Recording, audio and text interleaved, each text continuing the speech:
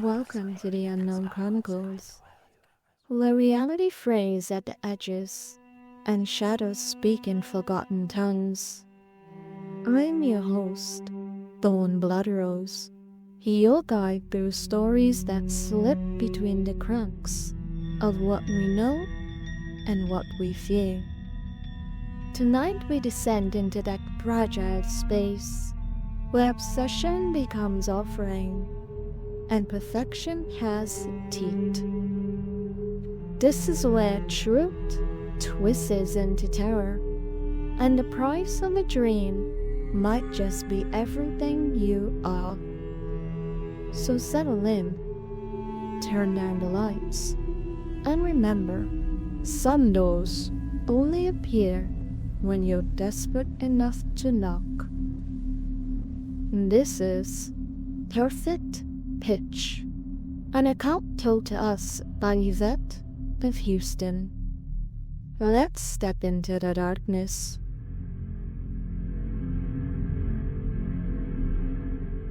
I had always believed my voice could be perfect.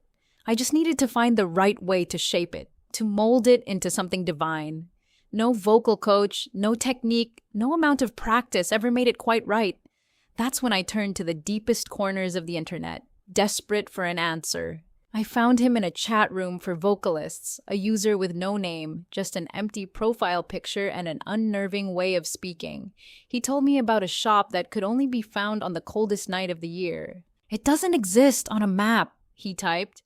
"You'll only see it from the corner of your eye where an empty lot should be. But you must think of nothing except what you're willing to sacrifice." Sacrifice. That word lingered in my mind as I waited, researching temperatures and tracking forecasts. 4 months later, the night arrived, a bitter, frozen darkness that seemed to swallow sound itself. I walked the streets, my breath forming ghostly clouds, focusing solely on my one desire, my voice, perfected.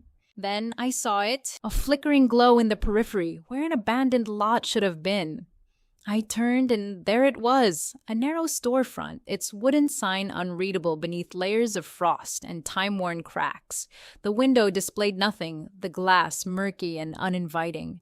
I stepped inside and the warmth hit me like a sharp blade against my frozen skin.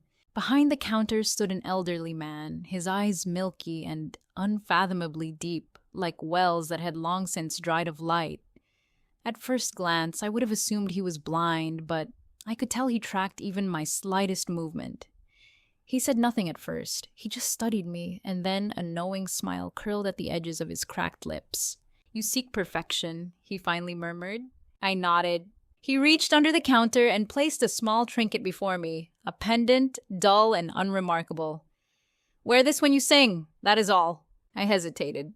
"What's the price?" He only grinned. "Everything you are willing to give." Everything I was willing to give? There wasn't anything I wasn't willing to give. I needed this. I rummaged through my bag, pulling out my wallet and dumping all the cash I had on the counter. He barely glanced at it before speaking again. "Like I said, everything you are willing to give. Is that all you're willing to give?" I shook my head. No, it's not." I swallowed hard, feeling the panic rising in my throat. I can't let him take my chance away from me. He grinned widely. I clutched the dull pendant and left without another word. That night, I sang, and my voice was like liquid gold, every note resonating with an ethereal clarity that was beyond human. The next day, the admiration began. Strangers stopped mid-step. Friends wept when they heard me. Industry professionals begged to work with me. It was intoxicating. But then, I noticed the changes. At first, it was subtle. A dullness in my hair, a slight hollowness beneath my eyes. Then my skin grew pallid, my reflection unfamiliar. My laughter became brittle, my touch cold. I tried to stop wearing the pendant, but my voice cracked without it, turning flat and lifeless. I was nothing without it. The more I sang, the worse it became. My beauty withered, my youth drained, my essence stripped away piece by piece. My voice remained exquisite, but I was vanishing. The mirror showed a stranger, a husk wrapped around a perfect pitch. Frantic, I returned to the shop, but the lot was empty as if it had never existed. I searched for days, wandering the freezing streets, calling out to the empty air. I even went back to the chat room, but the stranger had disappeared, his messages erased as if they had never been sent. I was alone in my horror, trapped in the slow unraveling of my existence. Now, I understand the sacrifice, the everything I was willing to give. My voice is all I have left, but when I sing, I hear something beneath the melody. A whisper, a ghostly harmony. It is the sound of everything I was, lost forever in a song that will never be mine to keep. Every night, I sing in the dark, hoping to hear an echo of myself. But the only thing that ever answers is the hollow, haunting melody of a voice that is no longer my own. And I know, deep down, that one day soon I will fade completely, nothing more than a lingering note in the cold silence of the world.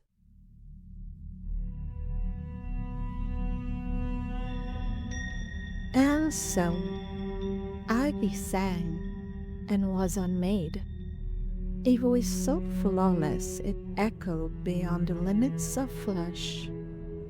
But what good is perfection when it hollows you out? When the applause fades and all that's left is a haunting note in the cold. You see, dear listeners, the real horror wasn't the pendant or the shot that vanished with the frost. It was the choice and the hunger, the quiet way desperation convinces you that losing yourself is worth being ignored. Ivy gave everything, willingly, and now she exists only in her song, the soul unraveling one note at a time. Maybe you understand her. Maybe you felt the same ache to be seen, known, immortal. But remember, not every dream is worth the echo it leaves behind. And some gifts don't give, they take. Thank you for wandering the dark corridors with me tonight. Our descent has only just begun. But before you go, a warning. The shadows you ignore are the ones that linger the longest. They creep at the edges of your vision, silent and patient. You may not always see them, but they see you. They remember you. So when the night grows heavy and sleep beckons, listen closely.